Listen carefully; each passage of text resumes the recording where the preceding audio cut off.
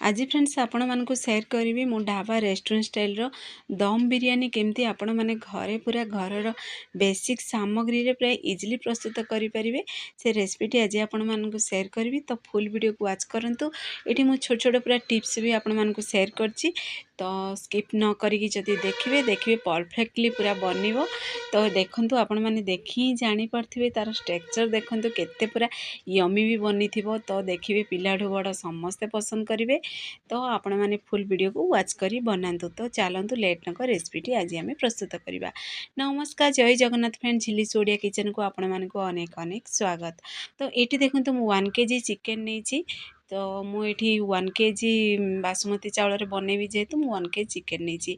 तो देखो चिकेन को ये भल से क्लीन कर धोई देछि। टिके बड़ साइज चिकेन पीस कटिंग करी आनिया कही, जेहेतु आम आज ढाबा रेस्टोरेंट स्टाइल प्रस्तुत करवा। तो से बड़ साइज चिकेन आनी। तो से चलतु किसी मसला ऐड करवा। अदा रसुण कंचा लंकार 2 चामच पेस्ट ऐड करवा। पुणी खटा नथिबा दही ऐड करवा 1 गिना। हलदी गुंड ऐड करदेबा 1 बड़ चामच। लंका गुंड ऐड करदेबा बड़ चामच 1। पुणी से आम चिकेन मसला ऐड करदेबा 1 बड़ चामच। 1 चामच तेल को ऐड करी भल से मिक्स करी आकु मेरिनेट करी पूरा घंटाटी पर्यंत टिके रेस्ट में रखीदबा। तो पुणी गोटे आम बड़ डेक्ची नबा। तो मु पियाज को भाजी थी, से बड़का तेल थिला, मुझे तेल रे ही बनाऊँगी। तो रिफाइन तेल रे ही बनाऊँगी। तेल टे गरम हो सारा पर आम से ऐड करदेबा गोटा मसला। गोटा मसलार अल्प टिके आम जीरा भी मुझे ऐड करछि। पुणी देखो लंबा लंबा पीसेस रे कटिंग होते पियाज ऐड करवा। टे मसला आमर गोटा मसला भाजी हो सारा पर तो आपण मैंने जी बिरयानी बनैया को चाहूँगी से अनुसार से पियाज ऐड करेंगे। पियाज कि मसला अदा रसुण सबू से अनुसार क्वांटिटी कम अधिक करें। तो ये देखो मसलार मुझे अदा रसुण कंचा लंका बड़ 2 चामच ऐड करदेली। भल से टिके मिक्स करदे पूरा हाई रु मीडियम आंच आम फ्राए करवा। टिके फ्राए हो सारा पर आम से गुंड मसला हलदी गुंड लंका गुंड जीरा पाउडर धनिया पाउडर ऐड करदेबा। अल्प टिके पानी देदेबा जेमती आमर मसला पोड़ी न जीवो। एबे आम भल से टिके मिक्स करदेबा। मिक्स करी मीडियम फ्लेम रे समय आम आपको भल से कषा। तो देखो यही प्रोसेस रे कषिबे।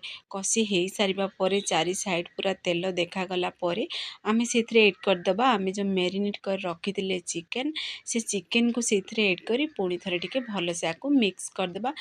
तो देखो यही प्रोसेस रे मिक्स करी आपको टिके आम चिकेन को एबे कषि होबाकू दबा। तो देखिए आपण मैंने यही प्रोसेस रे बनातु। देखिए घरे समस्ते पसंद करेंगे और बहुत स्वादिष्ट भी बनिबो। घरर बेसिक सामग्री रे ही प्रस्तुत करें। तो देखंतु तो एबे चलते आम ये लुण को ऐड करदबा। तो जेहेतु आम लुण बिल्कुल भी ऐड करी नथिले मेरिनेट समय रे भी, आपण मैंने जदि चिकेन रे आगु लुण ऐड करिथिबे ताले एई समय रे स्किप करि परिबे। तो जेहेतु मु लुण ऐड करी नथिली, तो लुण को ऐड करी पुणी थरे टिके भल से आको मिक्स करदबा। तो जेकोसी जिनस देखिए लुण जदि ऐड करदेवे तो जेकोसी रेसिपी कुकिंग फास्ट हम जल्दी सीझीज चिकेन। तो एबे आम कभर को टिके बंद करदबा। पूरा आपको 15 मिनिट पर्यंत आपको टिके कषि होगी सीझाक दबा। 15 मिनिट पर आपको आम कभर को बाहर करवा। ता पूर्व देखो ये साइड आ गोटे गैस चूल्हा साइड में गोटे उधाणी भात पानी बसई। तो गोटे बड़ डेक्ची ही बनई, जेहेतु 1 केजी चाउल प्रस्तुत करवा। तो ये से आम गोटे फोड़ा लेंबू ऐड करवा। गोटा मसला ऐड करदेबा फ्लेवर पाई बोली। अल्प टिके जीरा ऐड करवा, कंचा लंका ऐड करवा फ्लेवर पाई। तो पुणी आम स्वाद अनुसार दबा लुण। तो देखिए भात बनैबा समय ही जदि लुण ऐड करदेबे तो भात गुड़ा परस्पर भितर लागोनी आ पांचिया स्वाद भी बिरयानी आसबनी। तो ये आम से अल्प टिके पुदीना पत्र को ऐड करी भल से मिक्स करी पानी फुटला पर्यंत छाड़ा।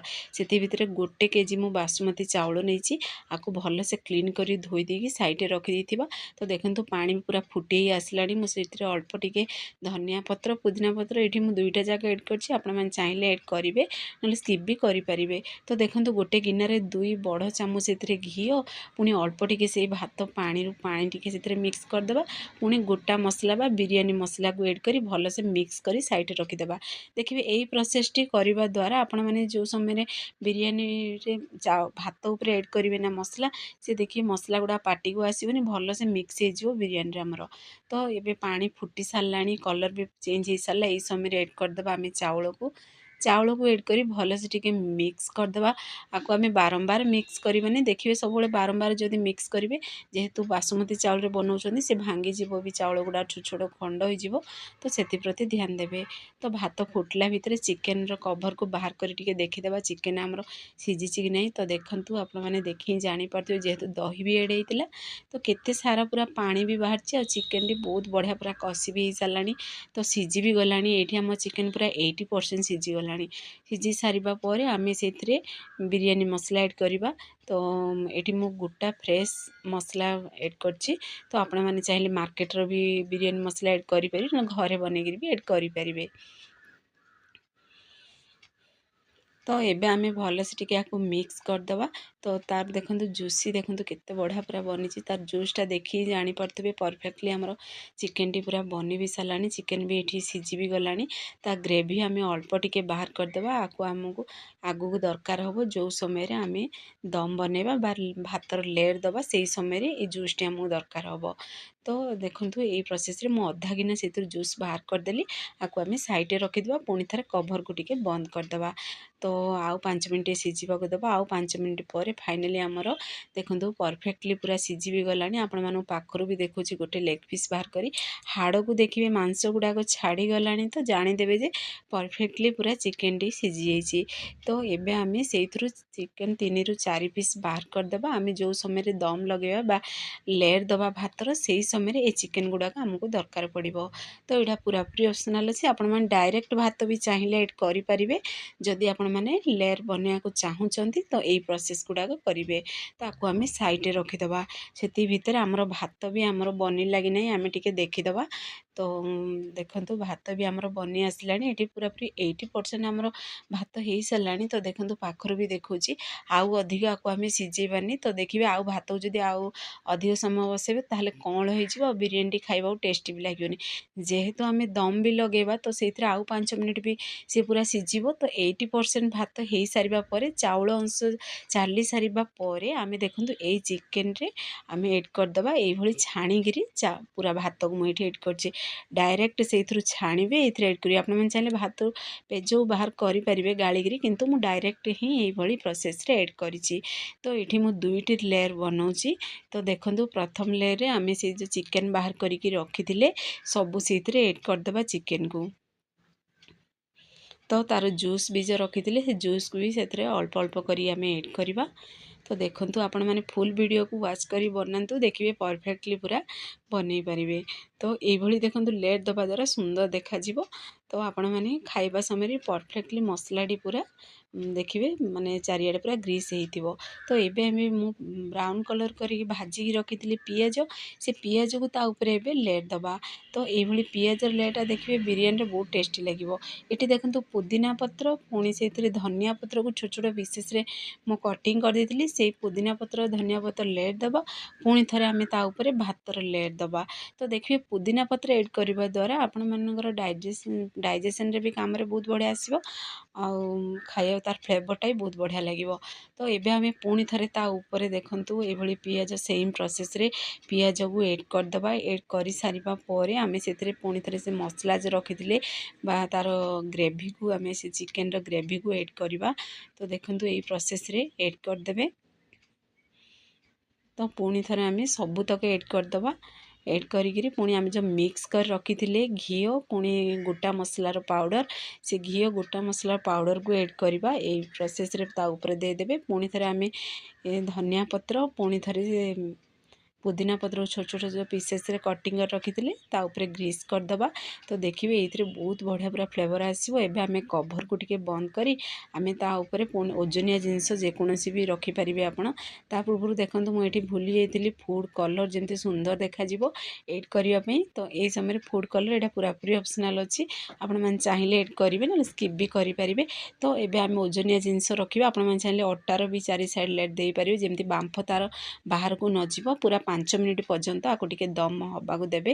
5 ମିନିଟ୍ ପରେ ଦେଖନ୍ତୁ କେତେ ବଢ଼ିଆ ପୁରା ବନିକି ରେଡ଼ି ହେଇସାରିଲାଣି, କେତେ ସାରା ହାଉ ବି ବାହାରିଛି। ତ ଆଉ ଟିକେ ଆମେ ଟେଷ୍ଟକୁ ବଢ଼ାଇବା ପାଇଁ, ଯେହେତୁ ଆମେ ଢାବା ରେଷ୍ଟୁରାଣ୍ଟ ଷ୍ଟାଇଲରେ ବନାଉଛନ୍ତି, ତ ବଢ଼ିବା ପାଇଁ ଜଳୁଥିବା କୋଇଲାର ଫ୍ଲେଭର ଦେବା। ତ ଦେଖନ୍ତୁ ଜଳୁଥିବା କୋଇଲାରେ ଅଳ୍ପ ଟିକେ ଘିଅ ବା ତେଲ ଯଦି ଏଡ଼୍ କରିଦେବେ ନା, ବହୁତ ବଢ଼ିଆ ପୁରା ତନ୍ଦୁରୀ ଫ୍ଲେଭର ଆସିବ। ତ ଖାଇବାକୁ ବହୁତ ଟେଷ୍ଟି ଲାଗିବ। ତ ଏବେ ଆମେ କଭରକୁ ପୁଣି ଥରେ ବନ୍ଦ କରି ତାପରେ ଓଜନିଆ ଜିନିଷ ରଖିଦେବା। ତ ଆଉ 2ରୁ 3 ମିନିଟ୍ ପର୍ଯ୍ୟନ୍ତ ତାର ଫ୍ଲେଭରକୁ ସେଇଥିରେ ରହିବାକୁ ଦେବା ଆମର ଦମ୍ ବିରିୟାନୀରେ। ତ ଫାଇନାଲି ଦେଖନ୍ତୁ କେତେ ବଢ଼ିଆ ପୁରା ଦମ୍ ବିରିୟାନୀ ଆମର ବନିକି ପୁରା ରେଡ଼ି ବି ହେଇସାରିଲାଣି। ତ ସବୁ ଫ୍ଲେଭର ବି ଆମର ବିରିୟାନୀକୁ ଚାଲି ଯାଇଛି। ତ ଏବେ ଆମେ ଟିକେ ମିକ୍ସ କରିଦେବା। ତ ଦେଖଉଛି ଦେଖନ୍ତୁ ଆପଣମାନଙ୍କୁ ପାଖରୁ କେତେ ପୁରା ୟୁନିକ୍ ଷ୍ଟାଇଲରେ ଆମର ବନିକି ରେଡ଼ି ହେଇସାରିଛି ଦମ୍ ବିରିୟାନୀ। ତ ଆପଣମାନେ ଘରେ ପୁରା ଘରର ବେସିକ୍ ସାମଗ୍ରୀରେ ପୁରା ଇଜିଲି ଘରେ ପ୍ରସ୍ତୁତ କରିପାରିବେ। ତ ଆପଣମାନେ ଫୁଲ୍ ଭିଡ଼ିଓକୁ ୱାଚ୍ କରି ଘରେ ବନାନ୍ତୁ, ଦେଖିବେ ସମସ୍ତେ ପସନ୍ଦ କରିବେ। ଗୋଟେ ପ୍ଲେଟ୍କୁ ବି ବାହାର କରି ଆପଣମାନଙ୍କୁ ଦେଖାଇ ଦେଉଛି କେତେ ୟମି ଷ୍ଟାଇଲରେ ବନିଛି। ତ ଫ୍ରେଣ୍ଡସ୍, ଆପଣମାନଙ୍କୁ ଯଦି ଏ ଭିଡ଼ିଓଟି ମୋର ପସନ୍ଦ ଆସିବ ତାହେଲେ ସାଙ୍ଗମାନଙ୍କୁ ସେୟାର କରନ୍ତୁ, ଲାଇକ୍ କରନ୍ତୁ। ଚ୍ୟାନେଲରେ ଯଦି ନୂଆ ଅଛନ୍ତି ତାହେଲେ ଚ୍ୟାନେଲକୁ ମୋର ସବସ୍କ୍ରାଇବ୍ କରିଦିଅନ୍ତୁ, ବେଲ୍ ଆଇକନ୍କୁ କ୍ଲିକ୍ କରିଦିଅନ୍ତୁ, ଯାହାଫଳରେ ମୋର ସବୁ ଭିଡ଼ିଓର ନୋଟିଫିକେସନ୍ ପ୍ରଥମେ ଆପଣମାନଙ୍କୁ ପହଞ୍ଚିବ। ମୁଁ ଯାହା ବି ଭିଡ଼ିଓ ବନେଇବି ପ୍ରଥମେ ଆପଣମାନେ ଦେଖିପାରିବେ, ଘରେ ପୁରା ଇଜିଲି ବନେଇ ପାରିବେ। ତ ଫାଇନାଲି ଆମର ବିରିୟାନୀ ରେସିପି ପ୍ରସ୍ତୁତ ହେଇସାରିଛି। ତ ଆପଣମାନେ ଘରେ ବନେଇକିରି ମୋ ସହିତ ଆପଣଙ୍କର ଅନୁଭୂତି ସେୟାର କରନ୍ତୁ। କେଉଁଠିରୁ ଦେଖୁଛନ୍ତି ନିଶ୍ଚୟ ମୋତେ ଜଣାନ୍ତୁ ମେସେଜ୍ କରି। ମୋ ଭିଡ଼ିଓ କେତେ ଦୂର ପର୍ଯ୍ୟନ୍ତ ପହଞ୍ଚୁଛି ତ ମୁଁ ବି ଜାଣିପାରିବି, ମୋତେ ବି ବହୁତ ଖୁସି ଲାଗିବ। ତ ଆପଣମାନେ କମେଣ୍ଟ ନିଶ୍ଚୟ କରନ୍ତୁ। ଫାଇନାଲି ଆମର ପ୍ରସ୍ତୁତ ହେଇସାରିଲା। ଯଦି ଫେସବୁକ୍ ପେଜ୍ରେ ଦେଖୁଛନ୍ତି ତାହେଲେ ଫେସବୁକ୍ ପେଜ୍ ମୋର ଫଲୋ କରନ୍ତୁ। ତ ଆପଣମାନେ ଘରେ ନିଶ୍ଚୟ ରେସିପି ଟ୍ରାଏ କରିବେ, ଦେଖିବେ ପିଲାଠୁ ବଡ଼ ସମସ୍ତେ ପସନ୍ଦ କରିବେ। ତ ସେ ପର୍ଯ୍ୟନ୍ତ ରହୁଛି, ପୁଣି ଏକ ନୂଆ ରେସିପି